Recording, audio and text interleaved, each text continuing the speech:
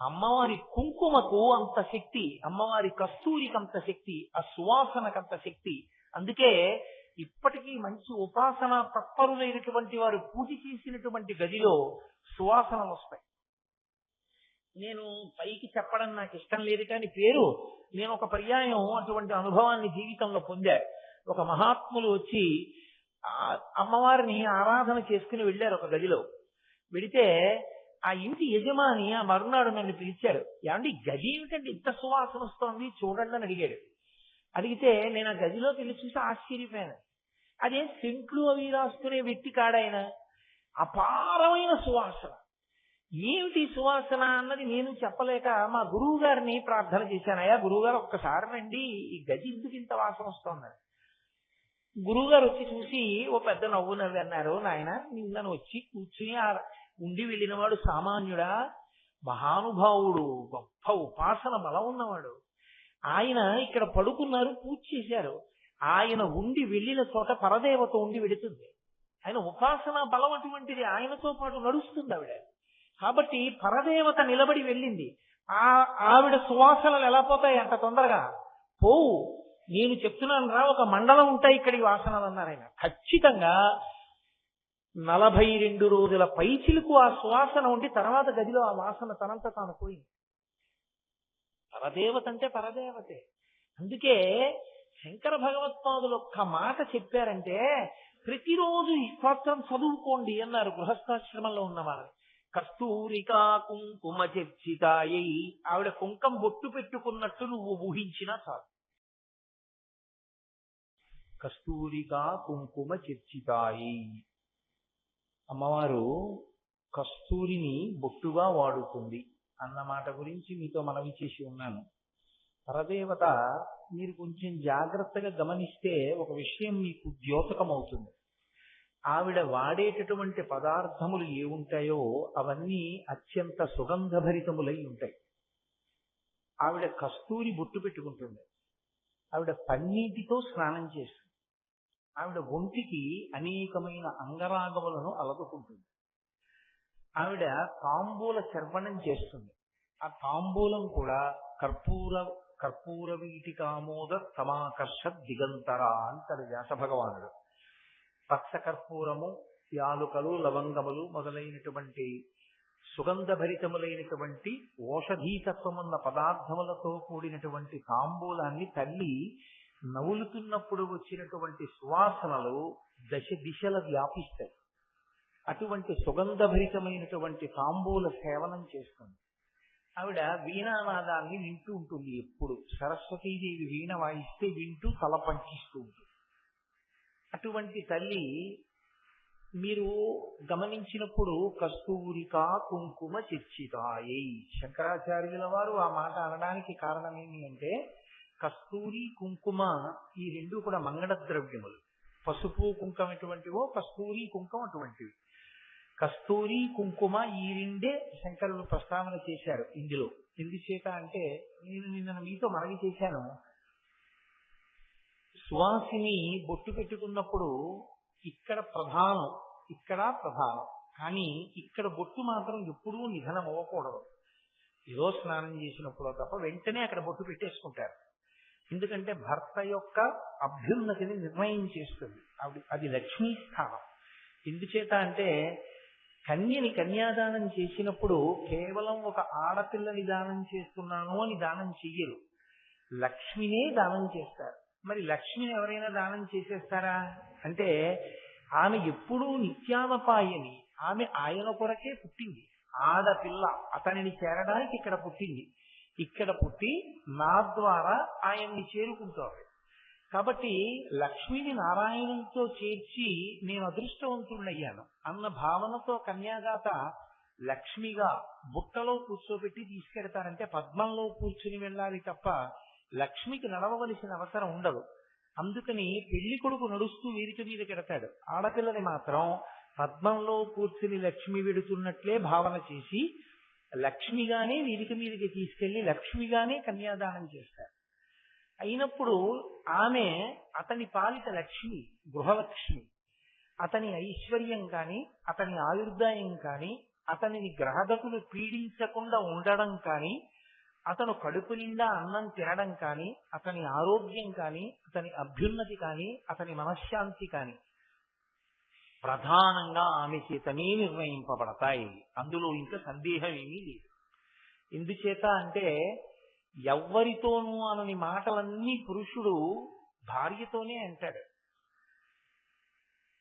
మాంగళ్యం తంతునానేనా మమ జీవన హేతునా కంఠే బధ్నామి సుభగే త్వం జీవ శరదాం శతం అంటాడు.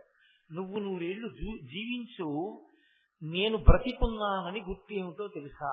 ఇదిగో నేను నీ మెడలో కడుతున్నటువంటి ఈ మంగళసూత్రమే.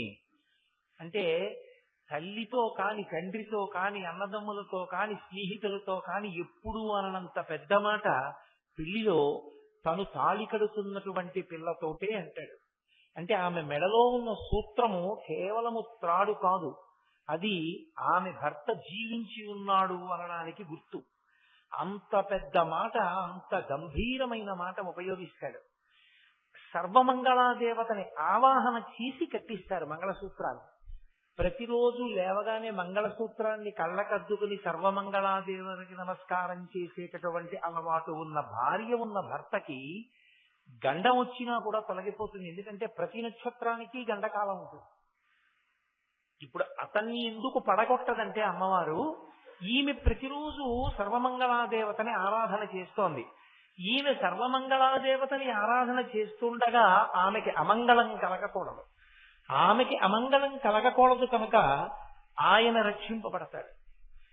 పులోమజార్చిత అని లలితా సహస్రనామ స్తోత్రంలో ఒక నామం, అలాగే లోపాముద్రార్చిత అని ఒక నామం. లోపాముద్రార్చిత అన్న నామాన్ని, పులోమజార్చిత అన్న నామాన్ని ఎందుకు ప్రయోగించారో తెలుసా అండి? ఆమె అర్చన చేసినప్పుడు లోపము పట్టుకోలేరు. అగస్త్యుని భార్య కాబట్టి లోపాముద్రార్చిత అని కాదు దాని అర్థం. ఆమె ఆరాధన యందు లోపమును మీరు పట్టుకోలేరు. ఏది లోపము? ప్రధానమైనది. భర్తగారు పడుకుంటే భార్య పూజ చేయలేదు. భర్తగారు పూజ చేస్తే భార్య అన్ని సంబారాలు సంసిద్ధం చెయ్యడమే నిజమైన పూజ. భర్తని ప్రేమగా చూడటమే నిజమైన పూజ. భార్య కంట నీరు కారకుండా ప్రేమగా చూసుకోవడమే భర్తకి నిజమైనటువంటి శీలము. కాబట్టి పురుషుడు చాలా గొప్పగా అంగరాగములన్నీ అలదుకుని ఏదో సువాసన భరితంగా ఉండి తిరగాలి అని శాస్త్రంలో లేదు. కానీ ఇవన్నీ ఎవరు అలదుకుని ఉండాలి అని చెప్పారంటే స్త్రీ అలదుకుని ఉండాలి అని చెప్పారు. కారణం ఏమంటే ఎప్పుడూ కూడా చులకన చేసి కానీ భోగ వస్తువుగా కానీ చూడలేదు. అలా ఎందుకు చూశారంటే ఆయన యొక్క లక్ష్మి ఆమె. అసలు ఆమె సంతోషంగా ఉన్నంతలో ఆమె వైభవోపేతంగా చక్కగా ఉంటే ఆయనకి కలిసి వస్తుంది. ఆమె ఎప్పుడు జిడ్డోడిపోతూ ఉందనుకోండి, ఆయనకి కలిసి రాదు. ఆయనకి కలిసి రావాలి అంటే ఆడదాని మీద ఆధారపడి ఉంటుంది కుటుంబ జీవనంలో పురుషుని యొక్క అభ్యున్నతి. పులోమజార్చిత అంటే పులోముని యొక్క కుమార్తె శచీదేవి. శచీదేవి ఎప్పుడూ లలితాపరాభట్టారిక స్వరూపాన్ని ఆరాధన చేస్తూ ఉంటుంది. శచీదేవి అమ్మవారి పట్ల అంత భక్తిని ఉంటుంది కాబట్టి ఇంద్రుడికి లోకాధిపత్యం లభించి నిలబెట్టుకోగలిగాడు. అంటే ఆడదాని యొక్క నడవడి, ఆడదాని యొక్క భక్తి ఎంత దూరం ఉంటాయో, ఇంట లక్ష్మి లక్ష్మిగా ఉండాలి తప్ప లక్ష్మి అలక్ష్మిగా ఉండే అవకాశం ఉండదు. మీరు కొంచెం జాగ్రత్తగా పట్టుకునే ప్రయత్నం చెయ్యండి. అమ్మవారి యొక్క స్వరూపాలైనటువంటి దేవతా స్వరూపాల్లోనే కొన్ని స్వరూపాలు ఉంటాయి. అవి చాలా ఉగ్రంగా ఉంటాయి. చిన్న మస్తా అని ఒక రూపం ఉంటుంది, చాలా ఉగ్రంగా ఉంటుంది చూడ్డానికి. కానీ లక్ష్మి అని నేను అన్నాను అనుకోండి, గౌరీ అని నేను అన్నాను అనుకోండి, సరస్వతి అని నేను అన్నాను అనుకోండి, వాళ్ళ తీరు వీరుగా ఉంటుంది. లక్ష్మి అనేటప్పటికీ సమస్త సంపదలకు అను సూచన అయి ఉంటుంది. లక్ష్మ అంటే గుర్తు. లక్ష్మ లక్ష్మి ఆమె గుర్తు. దేనికి గుర్తు? ఆయన ఐశ్వర్యమునకు ఆమె గుర్తు. ఆయన ఏ ఐశ్వర్యమును పొంది ఉన్నాడో దానికి ఆమె గుర్తుగా ఉండాలి. అన్నీ ఉన్నా దరిద్రంగా ఆమె తిరగకూడదు. ఏమీ లేకపోయినా ఆవిడ లక్ష్మిలా నిలబడగలిగితే. నేను కొన్ని కొన్ని కుటుంబాల్లో నా చిన్నతనంలో కూడా చూశాను. నేను ఒక 25-26 సంవత్సరాల వయసులో ఉండగా కూడా చూశాను. వాళ్ళు తర్వాతి కాలంలో వృద్ధులైపోయిన తర్వాత కూడా నేను చూశాను. 45 ఏడు 50 ఏట ఉన్నప్పుడు కూడా మా చిన్నతనంలో మా అమ్మగారు వాళ్ళు చెప్పుకుంటూ ఉండేవారు, అసలు కాళ్ళకి పారాణి లేకుండా కాళ్ళకి పసుపు రాసుకోకుండా ఆవిడ్ని ఎప్పుడూ చూడము అంటుండేవారు. ఎప్పుడూ కాళ్ళకి పసుపు రాసుకుని పారాణి పెట్టుకుని ఉండేవారు. తత్పరిణామం తత్ఫలితం పిల్లలు ఎంతంత వృద్ధిలోకి వచ్చారో, ఎంత అభ్యున్నతి పథంలో నడిచారో. కేవలం ఓ పెంకుటింట్లో ఉండే కుటుంబాలు 7 అంతస్తుల అరణ్యాల్లోకి వెళ్ళిపోయాయి. కానీ నడవడి, భక్తి, ప్రపత్తి మాత్రం అలాగే నిలబడిపోయాయి. ఏది మన సంప్రదాయం, ఏది లక్ష్మీతత్వమో ఆ లక్ష్మీతత్వంతో ఉండడం గొప్ప తప్ప అన్యమైనటువంటి రీతిలో ప్రవర్తించడం అసహ్యకరమైనటువంటి విశేషం. నేను తద్భిన్నమైనటువంటి కుటుంబాలని కూడా చూశాను నా జీవితంలో. ఐశ్వర్యం ఉంది కదా అని ఇంటికి పెద్దలు వచ్చినప్పుడు వారికి ఒక గ్లాసుడు పాలు ఇచ్చేటప్పుడు చెప్పులిప్పి ఇవ్వాలన్న కనీస మర్యాద కలిగినటువంటి పశుత్వం కలిగిన కుటుంబాలని కూడా నేను చూశాను. ఇంట్లో చెప్పులేసుకు తిరుగుతూ మహాత్ములైన వారి ఇంటికి వచ్చినప్పుడు వారికి ఓ గ్లాసుడు పాలు ఇచ్చేటప్పుడు కూడా చెప్పులతోనే ఇచ్చిన ఆడవాళ్ళు ఉన్న కుటుంబాలు కూడా నేను చూశాను. వాళ్ళని నియంత్రించలేని అధములైన భర్తలున్న కుటుంబాలు నేను చూశాను. కాబట్టి ఎక్కడి నుంచి వస్తుంది అభ్యున్నతి రమ్మంటే? శంకర భగవత్పాదులు కేవలంగా ఏదో అమ్మవారిని స్తోత్రం చెయ్యడం ఆయన లక్ష్యం కాదు. అర్ధనారీశ్వర స్తవం మీతో మనవి చేశాను, గృహస్థాశ్రమంలో ఉన్న వారి కొరకు ఇవ్వబడింది. అందులో అన్యాపదేశంగా శంకరాచార్యుల వారి యొక్క హితోపదేశం కూడా ఉంది. ఒక గురుస్థాయిలో ఉన్న వ్యక్తి ఒక మార్గనిర్దేశకత్వం చెయ్యకుండా పేలవమైన మాట ఎన్నడూ మాట్లాడడం, లోకానికి దిశానిర్దేశం చేస్తూ ఉంటారు. అందుకే కస్తూరిక కుంకుమ చర్చితాయి, ఆమె ఎప్పుడూ కస్తూరి కుంకుమ ఈ రెండిటి చేత అలంకరింపబడి ఉంటుంది. కస్తూరి కుంకుమ ఈ 2 సుగంధ ద్రవ్యములు ఇవే అలంకరింపబడి ఉంటే ఆమెకా అభ్యున్నతి, మనకా అభ్యున్నతి. అంటే అమ్మవారికి కొత్తగా అభ్యున్నతి అన్న మాట వాడడానికి ఏమి ఉండదు. యథార్థమునకు దాని దర్శనం చేత వచ్చేటటువంటి అభ్యున్నతి ఎవరికో తెలుసా అండి? మనకే. కారణం ఏంటంటే ఇంత బొట్టు పెట్టుకుని చక్కగా చిరునవ్వుతో తాంబూల చర్వణం చేస్తూ వినానాదం వింటూ అరమోట్పు కన్నులతో ఉన్న వారి అమ్మవారి ముఖమండలాన్ని ఒక్కసారి ధ్యానంలో చూసి నమస్కారం చేశారనుకోండి, కేవలము అటువంటి ముఖమండలాన్ని దర్శనం చేసినంత మాత్రం చేత దానికి కొన్ని శక్తులుంటాయి. అమంగళకరమైనటువంటి విషయాన్ని చూస్తే ఎటువంటి ఫలితం ఉంటుందో అది మనసు మీద ప్రభావం చూపిస్తుంది, ఆలోచన సరళి మీద ప్రభావం చూపిస్తుంది, నిర్ణయం మీద ప్రభావం చూపిస్తుంది. నేనంతవరకు ఎందుకు మీతో ఒక మాట చెప్తాను. మీరు చూడండి, ఒక శవాన్ని తీసుకుని వెళ్ళిపోయేటప్పుడు తీసుకొచ్చేటటువంటి తాటాకు సాప, కొత్త కర్రలు, పురుకోస తాడు, ఓ కొత్త కుండ అక్కడ ఉన్నాయి. వేరొక చోట పాలికలు, ప్రమిదలు, పేలాలు, దర్భకట్టలు, అగ్నిహోత్రాన్ని రగల్చడానికి, ఆరణిమంధనం చేయడానికి కావలసినటువంటి పరికరం, రుత్తిక్కులు, అక్షతలు, పసుపు, కుంకం, పువ్వులు, ఇవన్నీ ఉన్నాయి. మీరు ఇది చూసినప్పుడు వెంటనే మీ మనసులో కలిగే భావన ఏమి? నేను ముందు చెప్పినప్పుడు చూసిన పదార్థములు చూసినప్పుడు మీ మనసులో కలిగే భావం ఏమి? తేడా ఉందా లేదా? ఇవి చూడగానే మీ మనసు ప్రహృష్టమవుతుంది, ప్రసన్నమవుతుంది. ఆ ప్రసన్నత యందు మీరు చేసుకునే నిర్ణయం ఒకలా ఉంటుంది. అవి చూడగానే మీ మనసు పొందినటువంటి వ్యాకులతతో మీరు చేసుకునే నిర్ణయం ఒకలా ఉంటుంది. దర్శనమునందు మంగళకర దర్శనము మంగళకర దర్శనమే, అమంగళకర దర్శనము అమంగళకర దర్శనం కాదు అని మీరు అనలేరు. అది మనసు మీద ప్రభావం చూపించి తీరుతుంది. మీకు అందినంత మేర మనసు మీదే అంత ప్రభావం ఉంటే మీకు అందని శాస్త్ర ప్రయోజనం ఎంత ఉండకపోతే జగద్గురువులు దాని గురించి మాట్లాడుంటారు. అమ్మవారి బొట్టు చూస్తే మనం పెట్టుకునే బొట్టు నిలబడుతుంది. అమ్మవారి కస్తూరి, అమ్మవారి యొక్క పాపట ప్రారంభ స్థానమునందుండేటటువంటి కుంకుమని ధ్యానంలో ఎవరైనా చూస్తే శంకరులు ఒకటే మాట అన్నారు, తనో తుక్షేమం నహ అన్నారు. నహ అంటే మాకు. అలా ఒక్కడు కుటుంబంలో ధ్యానంలో అమ్మవారు ఇక్కడ పెట్టుకునేటటువంటి కుంకుమని చూసినా, ఆవిడ కబరీబంధం చూసినా, అందులో పువ్వులు చూసినా, పవిత్రమైన హృదయంతో మా అమ్మ అన్న భావనతో చూసేవాడు ఒక్కడి ఇంట్లో ఉంటే ఆ ఇల్లంతా రక్షింపబడుతుంది. అటువంటి వాళ్ళు 10 మంది ఒక ఊళ్ళో ఉంటే ఆ ఊరంతా రక్షింపబడుతుంది. కాబట్టి మంగళకర దర్శనము చేత పొందేటటువంటి మంగళత్వము కూడా అలాగే ఉంటుంది. అమ్మవారి ముఖమండలాన్ని చూడడం చేత ఓ నేను అలా ఉండాలన్న భావన ఏర్పడుతుంది. మీరు చూడండి, మీరు వెంకటాచల క్షేత్రానికి వెళ్ళారనుకోండి, ఎవరో అష్టదళ పాద పద్మారాధన సేవ చేసుకుని బయటికి వచ్చి అంతరాలయంలోకి వెళ్ళాం, మొట్టమొదట కూర్చున్నాం గడప దగ్గర 25 నిమిషాలు వెంకటేశ్వర స్వామిని ఆపాదమస్తకం చూశాం. ఇదిగో ఉత్తరీయం ఇచ్చారు పట్టుది, ఉత్తరీయం వేసుకుని బయటికి వచ్చాం. అబ్బాయి ఎంత బాగుందో అని చెప్పుకుంటున్నారు అనుకోండి.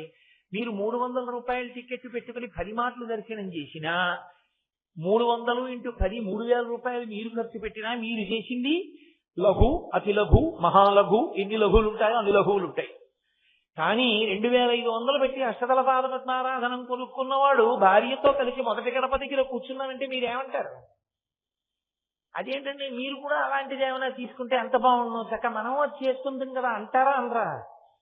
మీ మనస్సు మీద వెంటనే అలా చెయ్యాలన్న భావన ఒకటి వచ్చేసిందా రాలేదా? మీరు నిరంతరం అమ్మవారి ముఖమండలాన్ని అలా దర్శనం చేయడం అలవాటు అయినప్పుడు మీరు అలా ఉందామని మీకు ఎందుకు అనిపించదు? అనిపిస్తుందా అనిపించదా? అనిపించినప్పుడు అమ్మవారి ఐదోతనం, అమ్మవారి ఐశ్వర్యం ఎలా ఉందో అలా మీకు ఉండకుండా ఉంటుందని మీరు ఎందుకు అనుకుంటున్నారు? నేను మజ్జిగ తాగితే కలవ చేస్తే మీరు మజ్జిగ తాగినా కలవ చేస్తుంది, మీకు వేడి నాకు కలవ చేయదుగా. కాబట్టి అమ్మవారి ముఖమండలంలో కస్తూరిని కుంకుమని చూసిన వాడికి ఆమె ఎటువంటి సుమంగళిత్వాన్ని పొంది ఉందో అటువంటి సుమంగళిత్వాన్ని పొంది చక్కగా పిల్లలతో పాపలతో 3 తరాల్ని చూసి ఆరోగ్యంగా భగవత్ సేవ చేస్తూ ఆ తల్లి కట్టి విప్పిన బట్ట తెచ్చి వేయండి రా పసిపిల్లలకి అనిపించుకునేటటువంటి మంగళత్వాన్ని పొందుతారు. ఇది ప్రవహింపచేయడం శంకరాచార్యుల వారి యొక్క ఉద్దేశ్యం. అది చూసి దాన్ని కిందకి ప్రవహింపచేయాలి. పైన ఓవర్ హెడ్ వాటర్ ట్యాంక్ లో నీళ్లు ఉన్నాయి, కింద గదిలోకి నీళ్లు రావట్లేదు. ఎక్కడుంది తేడా? పంపు తిప్పలేదు. పంపు ఒకసారి తిప్పారనుకోండి నీళ్లు కారిపోతాయి. మళ్ళీ కట్టకుండా ఉంటే చాలు, విప్పడం నేర్చుకుంటే చాలు నీళ్లు వస్తాయి. మరి ఓవర్ హెడ్ వాటర్ ట్యాంక్ ఖాళీ అయితేనండి, అది ఖాళీ అయ్యే ట్యాంక్ కాదు, అది పూర్ణ పుష్కళ, అది ఎప్పుడూ నిండే ఉంటుంది. కాబట్టి విప్పుకోవడం మీకు రావాలి. ఒకసారి విప్పుకోవడం మీకు రాక ఇబ్బంది పడుతున్నారని శంకరాచార్యుల వారు విప్పి చూపిస్తున్నారు ఆ పంపుని. ఇలా ధ్యానం చేయి అభ్యున్నతిని పొందుతావు. కాబట్టి కస్తూరికా కుంకుమ చిర్చితాయి. నేను మీతో మనవి చేశాను కాబట్టి ఒక్క మాట చెప్తాను. సరస్వతీదేవి యొక్క అనుగ్రహం కలగాలి అంటే అమ్మవారి యొక్క చరణోదకమును ఎవరు తాగుతారో వాళ్ళకే లభిస్తుంది. అమ్మవారి చరణోదకాన్ని తాగాలి అంటే ఎలా ఉంటుంది అమ్మవారి చరణోదకం అంటే మనకి తెలియదని శంకరులు అమ్మవారి పాదములకు ఉండేటటువంటి ఆ అలదుకున్నటువంటి పారాణి యొక్క శక్తి చెప్పారు. నేను ఇదే మీతో మనవి చేసేది. ఆవిడ పారాణి రాసుకుంది, ఆవిడ బొట్టు పెట్టుకుంది అంటే కేవలం ఆవిడ సువాసినిగా నిలబడడానికి కాదు, ఆవిడ అందరికీ ఆ సువాసినిత్వాన్ని ఇవ్వగలదు. అలా చూస్తే ఆవిడ పారాణి పెట్టుకుంటుంది. ఆ పారాణి లౌకికంగా ఎవరిదో కడిగి మీరు నీళ్లు పుచ్చుకున్నారనుకోండి, మీకేం ప్రయోజనం ఉంటుందని నేను అనుకోను. ఒక సువాసిని యందు పరదేవతని చూసి కాళ్ళు కడిగి తాగితే ఉండే భావన వేరు. కానీ ధ్యానమునందు పరదేవత యొక్క పాదములు కడిగితే వచ్చినటువంటి జలములను తాగినటువంటి వాడు ఎటువంటి స్థితిని పొందుతాడో శంకరులు చెప్పారు సౌందర్యలహరిలో. కదాకాళీ మాత కదయ కలితాలక్తక రసం పిబేయం విద్యార్థి తవ చరణ నివేజన జలం ప్రకృత్యా మూకానామపి చ కవిత కారణతయా కథాదత్తే వాణి ముఖకమల తాంబూల రసతాం అంటారు. సరస్వతీదేవి తాంబూలం వేసుకుని నవలగా నవలగా నవలగా ఆమె యొక్క నోరు ఎర్రగా అయిపోతుంది. తల్లికి ఒక లక్షణం ఉంటుంది. పిల్లలు ఇంకా తాంబూలం వేసుకోవడం తెలియనటువంటి వయసులో అమ్మ తాంబూల చరవడం చేస్తే దగ్గరికి వెళ్ళి ఇలా అమ్మ నోటి వంక చూస్తారు. అమ్మ ఏంటమ్మా, అమ్మ ఏంటమ్మా, నోరు ఎందుకమ్మా ఎర్రగా ఉంది, నోరు ఎందుకమ్మా ఎర్రగా ఉంది అంటే నేను తాంబూలం వేసుకున్నాను రా అంటుందమ్మా. అయితే నాకు ఈ అమ్మ అంటాడు వాడు. వాడికి డెక్కిడుతుంది, వాడు తినలేడు, సున్నం ఒక్క పొడి ఇవన్నీ ఉన్నది, వాడు తినడానికి సరిపోడు.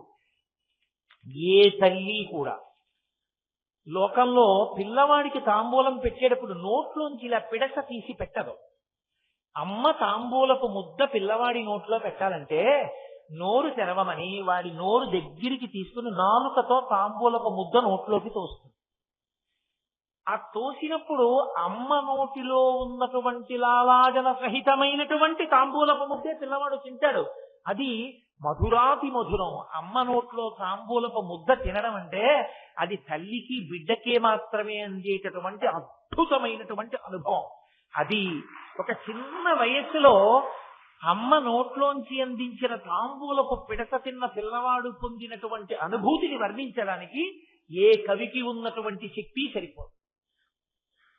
అటువంటిది సరస్వతీదేవి తాంబూల చర్వణం చేసినప్పుడు వచ్చినటువంటి ఎర్రటి ఆవిడ లాలాజనాన్ని స్వీకరించినటువంటి వాడికి ఎటువంటి కవితాశక్తి వస్తుందో, పరదేవత పాదములు కడిగినప్పుడు ఆవిడ పాదములకు ఉన్నటువంటి పారాణి కరిగిన నీళ్లు ఎర్రగా ఉన్నవి 3 మాటలు పుచ్చుకున్న వాడికి అంతే సరస్వతీ కటాక్షం వస్తుంది.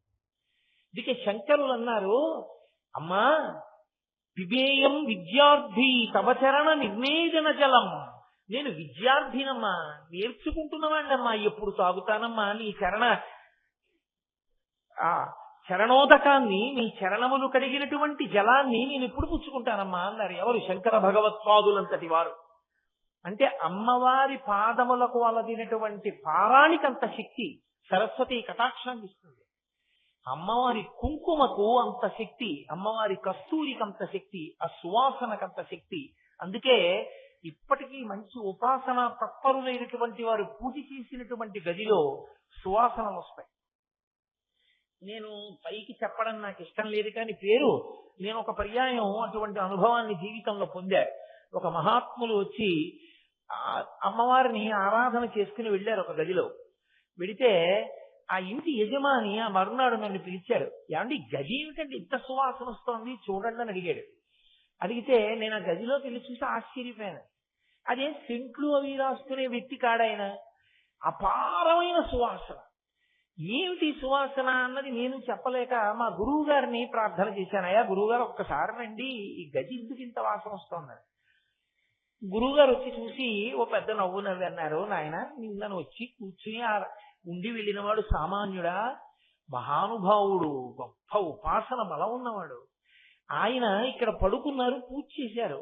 ఆయన ఉండి వెళ్ళిన చోట పరదేవత ఉండి వెడుతుంది. ఆయన ఉపాసన బలం అటువంటిది, ఆయనతో పాటు నడుస్తుంది ఆవిడ. కాబట్టి పరదేవత నిలబడి వెళ్ళింది.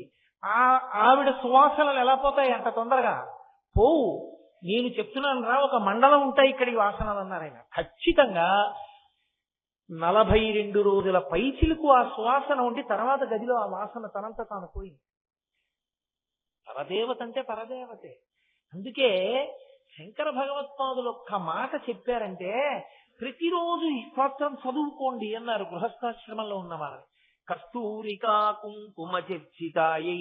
ఆవిడ కుంకం బొట్టు పెట్టుకున్నట్టు నువ్వు ఊహించినా చాలు, ఆ బొట్టు నువ్వు అలా అనుకుని చదివినా చాలు.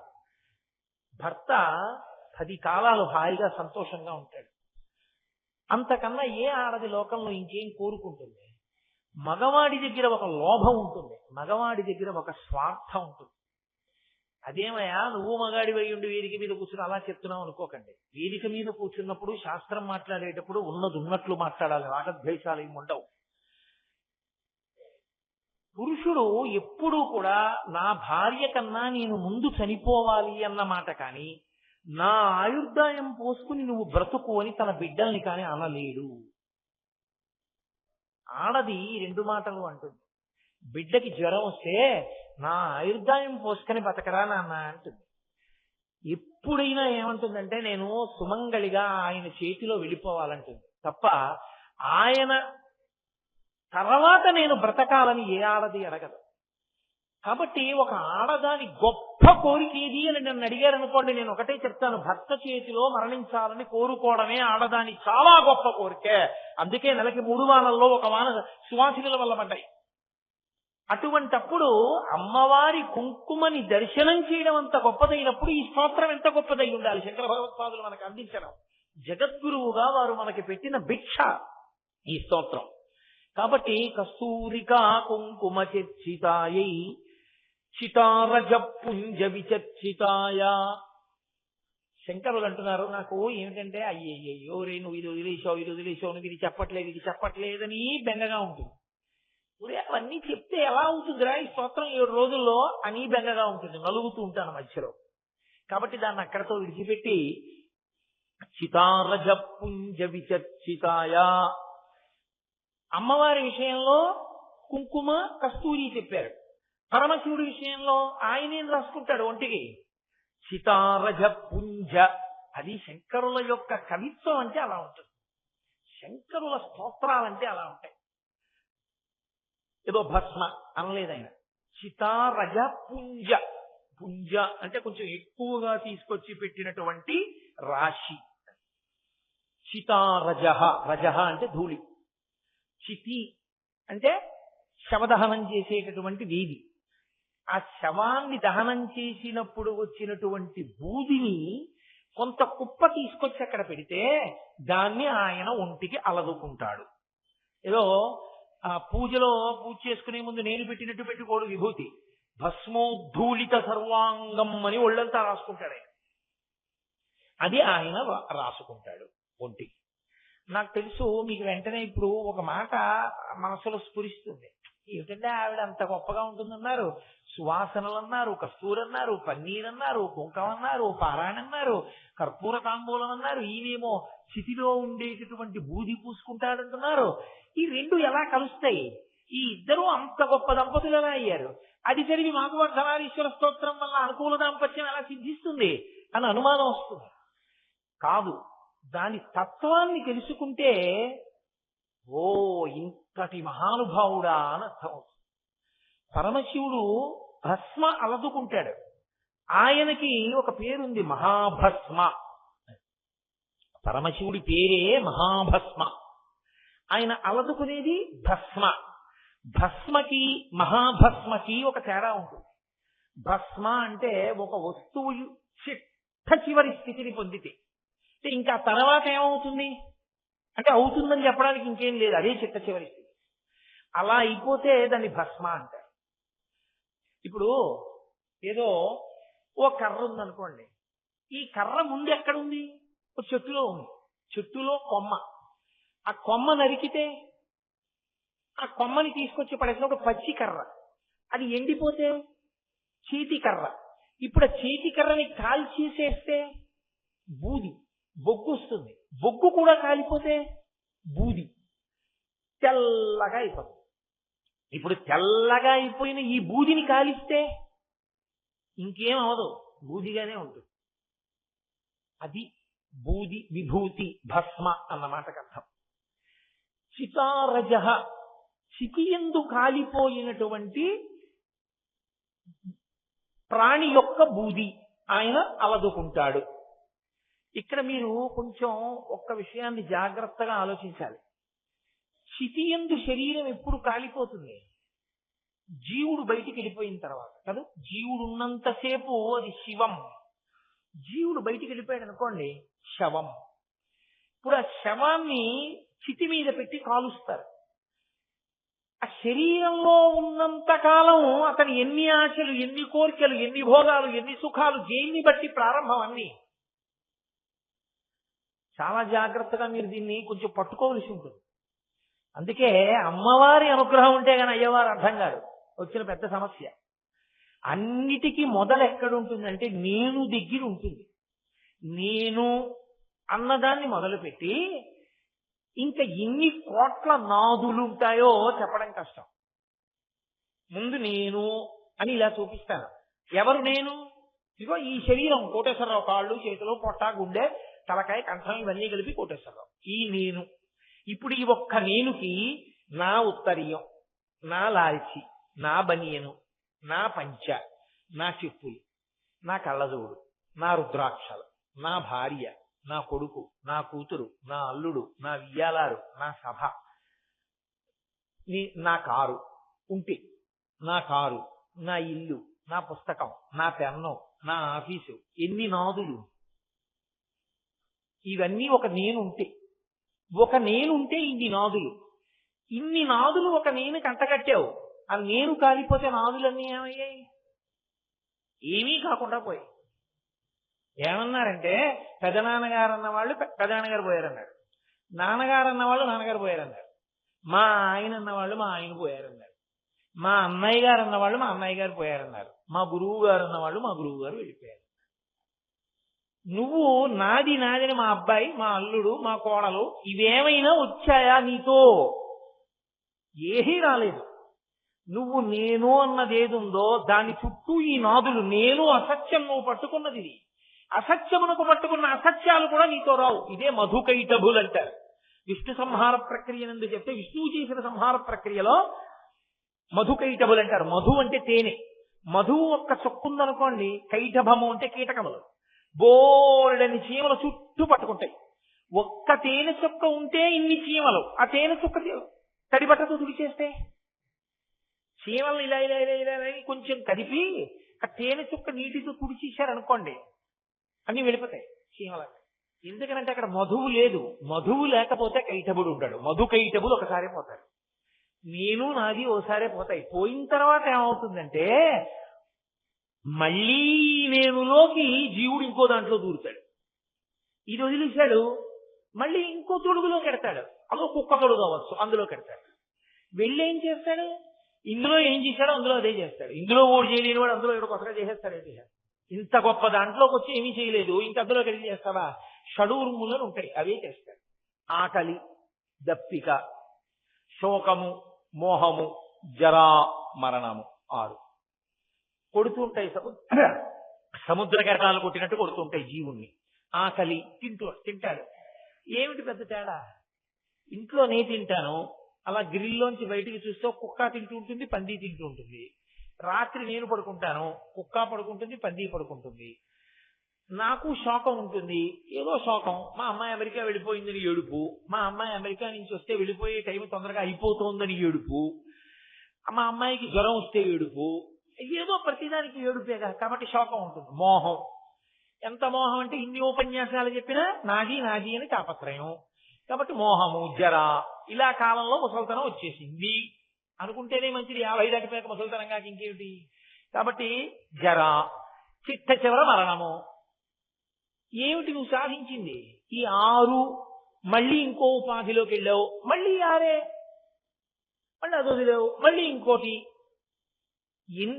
నువ్వు ఎందులోకి వెళ్ళినా నేను నీ నాదులు ఎందులోంచి ఎక్కడ పూర్తయిపోతున్నాయి? నేను పూర్తయినప్పుడల్లా నాదులన్నీ పూర్తయిపోతున్నాయి. ఇవి ఏవీ నన్ను ఉద్ధరించలేదు. నువ్వు పెట్టుకున్న ఈ నాది అన్న సంబంధం ఉందే, ఇదేదీ నిన్ను ఉద్ధరించలేదు. అంటే మీరు నన్ను ప్రశ్న అడగచ్చు, ఏమంటే ఇలా చెప్తున్నారు కదా మీరు ఉపన్యాసం, అంటే మా భార్యని పిల్లల్ని అందరినీ వదిలేయాలా మేము ఇప్పుడు? అది కాదు నా ఉద్దేశ్యం అని మీరు గమనించాలి. ఏ భార్యని భర్త వదిలేయమని కానీ, ఏ భర్తని భార్య వదిలేయాలని కానీ, పిల్లల్ని వదిలేయాలని కానీ, ఉద్యోగాలు వదిలేయాలని కానీ, ఇళ్ళు వదిలేయాలి, వాకిళ్ళు వదిలేయాలని శాస్త్రము చెప్పదు. అలా అయితే గృహస్థాశ్రమానికి పనికొచ్చే స్తోత్రం ఎందుకు అవుతుంది ఇది? నువ్వు ఎట్నుంచి ఎటు వచ్చినా నాదిని భగవంతుడితో కలుపుకో, నీకు ఇంకా ఏమీ ఇబ్బంది లేదు. పనస పండులో తొనలు తీసేవాడు ఉంటాడు, వాడు తెలివి తక్కువ వాడు అనుకోండి, కత్తి పెట్టి కోసి తొనలు తీస్తాడు. ఆ తర్వాత వాడి ప్రారంభం అంతా ఎప్పుడు ఉంటుందంటే వాడి చేతులు వదలదు. ఇలా అంటే అంటుకుంటే వేళ్ళు, జిగురు వదలదు. నూనె రాసుకుని ఒక ఆయన పనస తొనలు ఒలిచాడు, ఆయన పనస తొనలే ఒలిచాడు, ఈయన పనస తొనలే ఒలిచాడు. ఈయన నూనె రాసుకున్నాడు, ఆయన నూనె రాసుకోలేదు. ఆయన వేళ్ళు అంటుకున్నాయి, ఈయన వేళ్ళు అంటుకో. ఇద్దరు చేసింది ఒకటే. పరమేశ్వరానుగ్రహం నాకు ఈ కొడుకను, నిజాయితీగాను పరమేశ్వరానుగ్రహం నాకింత మంచి భార్య, ఈశ్వరానుగ్రహం నాకింత మంచి ఉద్యోగం, పరమేశ్వరానుగ్రహం నేను 4 మాటలు చెప్పుకోగలుగుతున్నాను పరమేశ్వరుడి గురించి, పరమేశ్వరానుగ్రహం నాకు కారు లేకపోయినా నా ఇంటి ముందు కారు పెట్టి నన్ను తీసుకొస్తున్నారు, పరమేశ్వరానుగ్రహం నాకు తిన్నది అరుగుతోంది, పరమేశ్వరానుగ్రహం నా కొడుకు చదువుకున్నాడు, నువ్వు ఎన్ని నాదులైనా పెట్టుకో, అన్ని నాదులకు పునాది ఈశ్వరుణ్ణి పెట్టుకో. ఇప్పుడు నువ్వు ఏం చేస్తున్నా ధరించడానికి మార్గం. ఇదంతా ఈశ్వరానుగ్రహం, ఈశ్వరానుగ్రహం, ఈశ్వరానుగ్రహం అన్నవాడికి పొంగు కుంగు ఉండడానికి అవకాశం ఉండదు.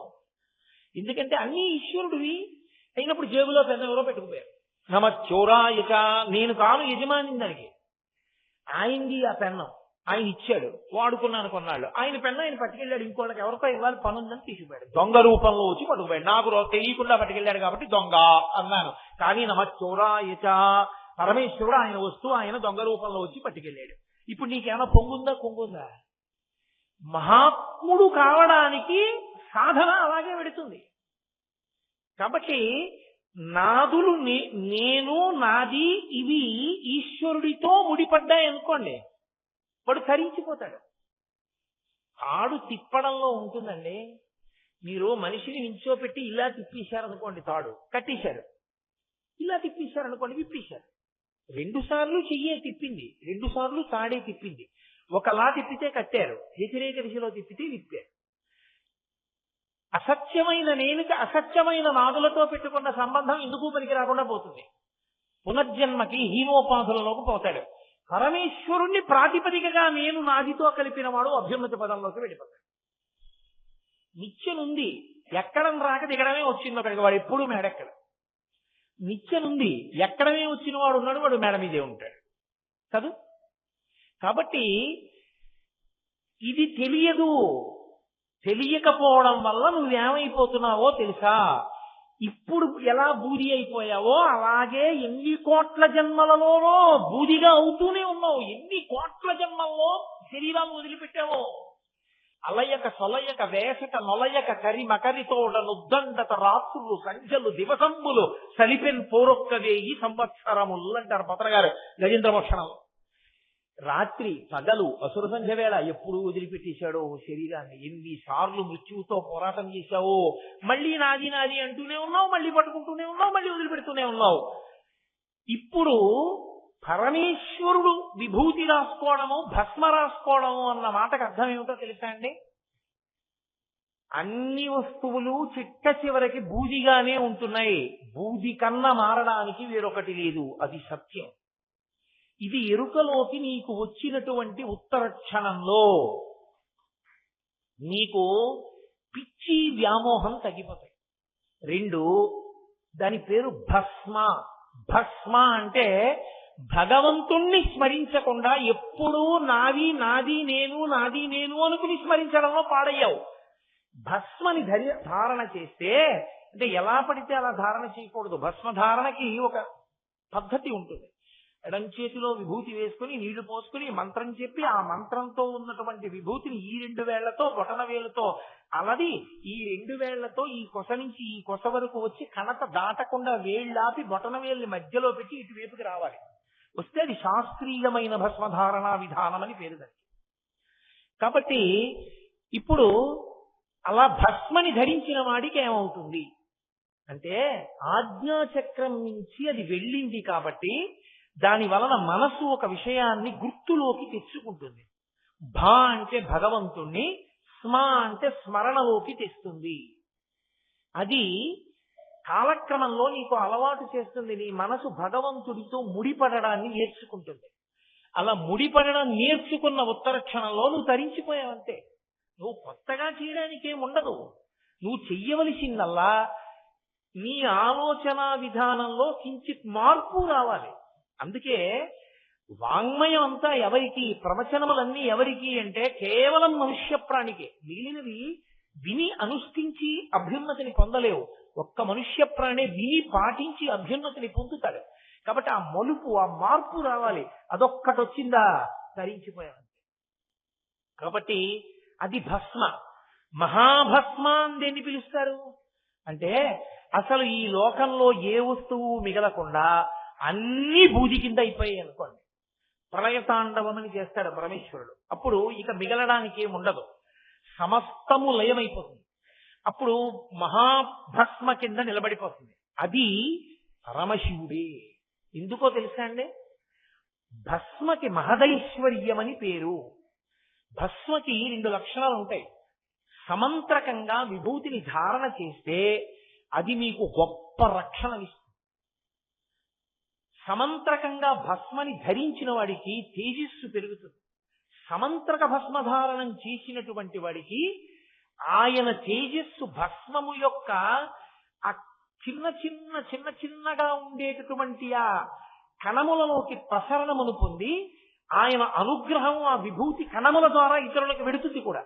మీకు నేను ఒక ఉదాహరణ చెప్పాలంటే, కంచికామకోటి పీఠాధిపత్యం వహించినటువంటి మహాపురుషులు ప్రాతస్మరణీయులు చంద్రశేఖరేంద్ర సరస్వతి మహాస్వామి వారికి ఒక కుటుంబం అంత్యవాసిత్వాన్ని పొందింది. ఆయనకి షష్ఠి పూర్తి చేద్దాం అనుకున్నారు కొడుకులు. ఆ తండ్రికి పరమాచార్య స్వామి వారి అంత్యవాసిత్వం పొందినటువంటి కుటుంబంలో ఉన్నటువంటి తండ్రికి. కానీ తల్లిగారు హాస్పిటల్లో చేరారు. ఇంకా షష్ఠి పూర్తి దగ్గరికి వస్తోంది, ఇక ఆవిడ బతకరు అని డాక్టర్లు చెప్పేశారు. ఒకప్పుడైతే ఇంకా ఆవిడ ఇంచుమించు చనిపోయారని చెప్పారు. కొడుక్కి గురువు గారి మీద నమ్మకం, పరమాచార్య స్వామి వారి మీద. అయ్యో మహానుభావుడు. ఆయన గబగబా విమానం ఎక్కి వెళ్ళారు. పరమాచార్య స్వామి వారు ఎక్కడున్నారు అంటే, ఆయన ఎప్పుడు సంచారంలో ఉండేవారు. ఎక్కడో పల్లెటూరులో ఉన్నారన్నారు. విమానం దిగి కారులో వెళ్ళి ఆ పల్లెటూరు వెళ్ళారు. ఆయన అప్పటికి సాయంకాలం వేళ చంద్రమౌళీశ్వరార్చన పూర్తి చేశారు.